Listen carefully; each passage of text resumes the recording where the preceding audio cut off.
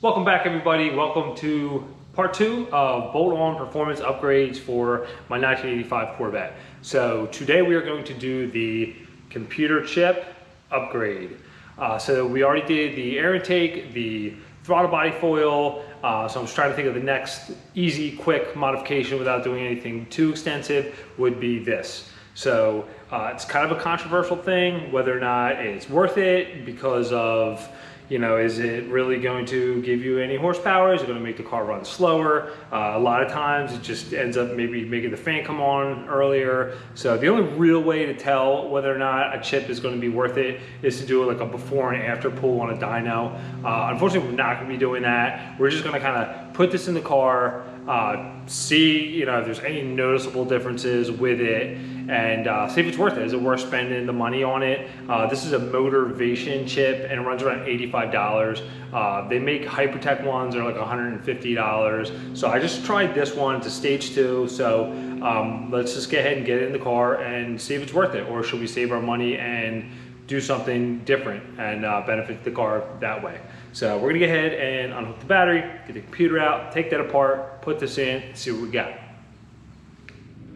Okay, so the company is Motivation who makes this chip. It was one of the less expensive chips. This one runs for $85.99. Hypertech makes a bunch of chips and different options, and they range around $144 and up, I believe. So this was purchased through Corvette Mods. They seemed like they were the only vendor that carried it.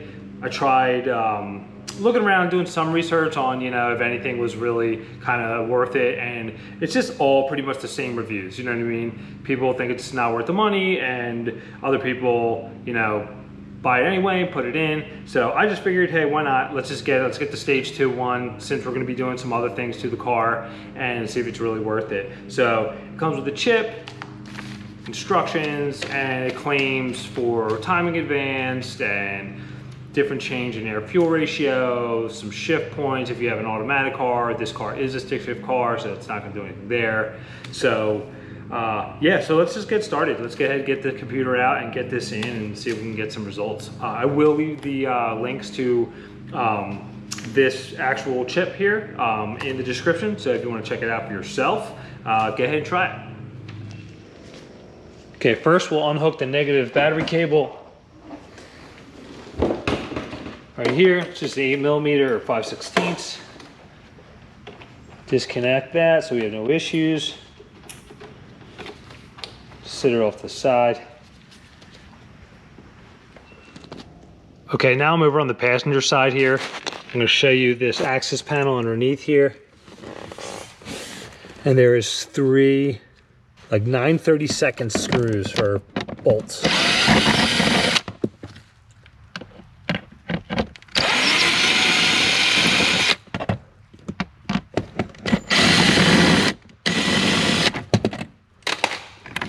We'll take this down out of the way, just slide down and out.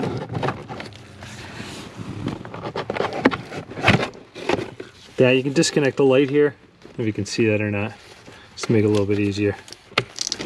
That, pull that out of the way. Okay, so it's kind of hard to tell back here. So underneath all this wiring, you'll see it's like kind of white and it's got a connector. I'm kind of pointing to it right here. And there's 2 either 3/8 or 10mm screws holding that in. So you want to take that out and then kind of push this wiring out of the way, and we're going to pull that down. Okay, just to give you a reference here, I didn't unplug it yet. I just pulled these 2 10mm bolt screws out here on either side of it. And then I just pulled it down to show you what it looks like there, hanging straight down. And then here are the connectors here. So we're going to pull this all the way out. And this white retaining bracket will pop off. Pull this all the way out of the car and get it on the bench and take it apart. All right, so I'm gonna remove the connectors now, just to show you these 2 metal retaining clips in here. They kind of click in at the bottom here to kind of lock them from popping out. So all you have to do is just kind of pop them off the base here, and then we can just pry up on the connectors. So I'm gonna do that on either side here. And then we're gonna just pull the connectors out from there. Okay, so here it is out of the car. You can see this plastic little bracket piece here. This just pops out. It's just kind of sitting here on the top of these nuts. So here is the access panel here. These are 1/4 inch screws or bolts, whatever you want to call them. So we're going to just take these off here, and then we'll be able to see the chip.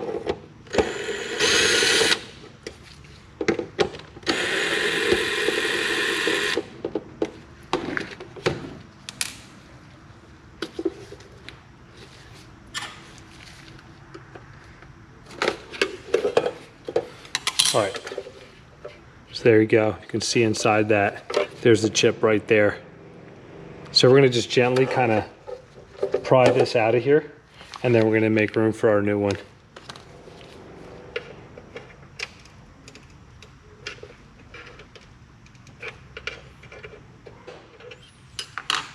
Okay, so there is the factory chip.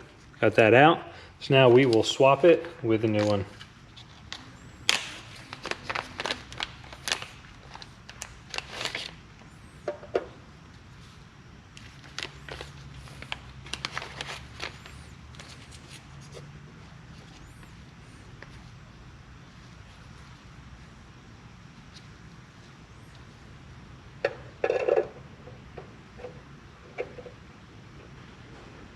All right, once you have the teeth lined in there evenly, just slowly just push it back in.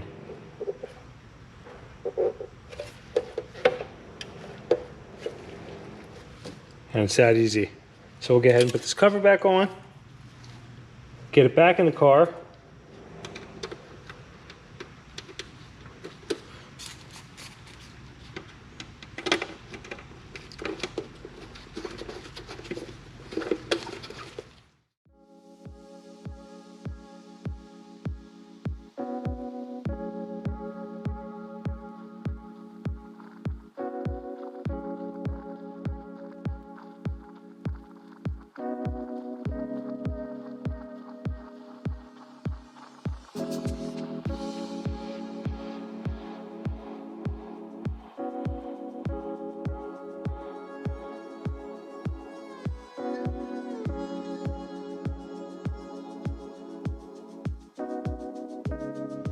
All right, now we're gonna hook the battery cable back up, see if it starts.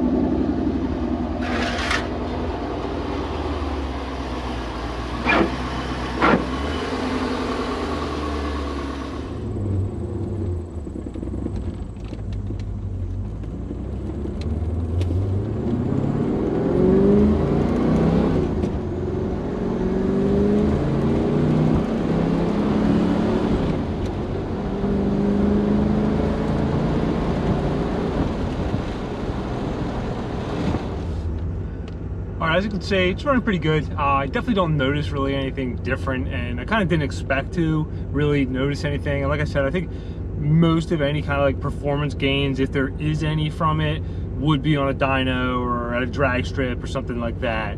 But yeah, we're gonna continue to go for a little drive here and yeah, see if we can notice any differences.